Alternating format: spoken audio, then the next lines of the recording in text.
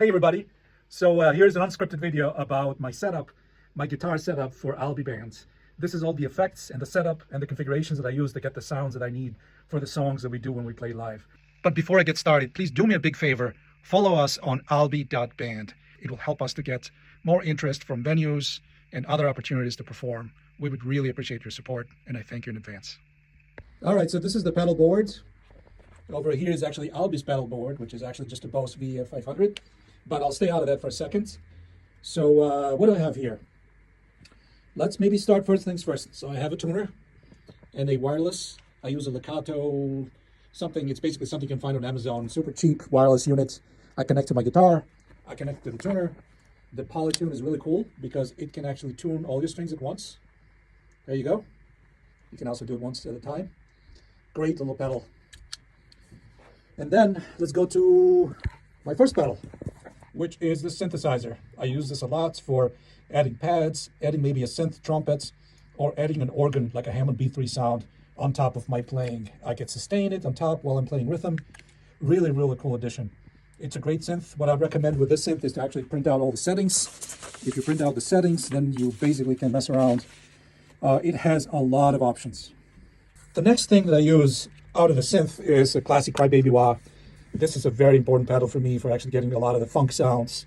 And actually some of the solo that I use to shred on, I also love to use the wah on top of it for a little bit more color.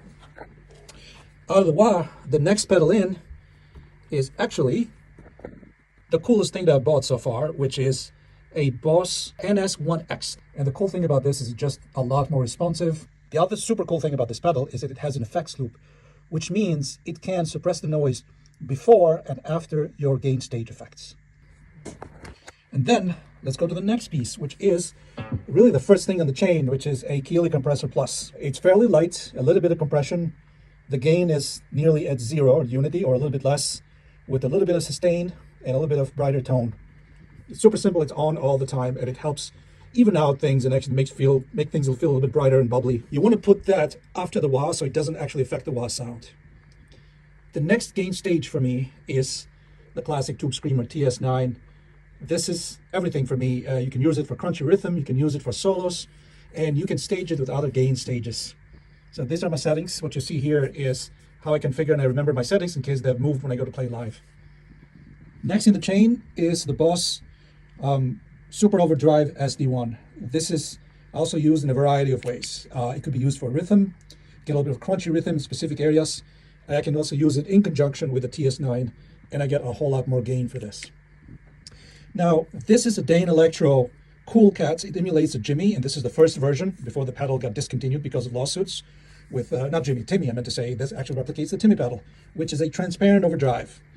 I use very little of it, so it's mostly without too much distortion. It's mostly coloration and boosting. And I do something weird where I connect this last. Typically, a lot of people will connect this first in their gain stages. I actually found out that things run a lot smoother when I put this last, especially because I don't want it to overdrive the Tube Screamer, which otherwise can sound very sharp. Then the gain stages come back to the return loop, and then the output of that goes into the amp modeler. I use a Universal Audio Dream 65, and my settings here are very, very low gain, a little bit less than medium reverb. I use an Oxford Cab emulator, and I use the setting called Lead, which actually thickens up the sound a little bit with a boost, a bit like Stevie Ray Vaughan. This model is honestly perfect. It emulates a Reverb 65 Fender amp really well, so I can run direct into the PA for recording, for playing at home, really beautiful. If I'm on a gig and there's a backline amp and I'd rather use a real amp, I can turn this off and I can bypass it, so it's super easy to work with. The next one is the Chorus CE5. I love this one. This is the new edition of the Chorus pedal. And the cool thing about this is that it just doesn't color it in a way that it sounds plasticky. The core is very open, very natural. It spreads well. And so it sounds natural to the point that I don't even need to turn it off, even with the knobs slightly above 12 o'clock. And last but not least, this is the Boss DD8 digital delay pedal. I use the warm setting typically, a little bit of delay.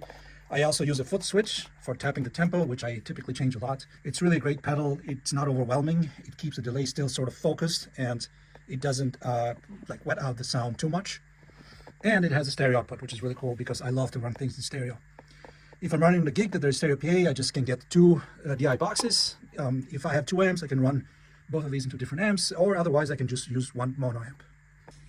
Well, you might be wondering, if I'm not using a real amp and I'm on stage and stage sound is just not good, what do you do? How do you hear yourself? Well, I have a little trick. I have a wireless unit. It's one of these X-Vive units, which are also very affordable on Amazon and seem to work really well. Keep one of these. You can connect these to the parallel out of your DI box.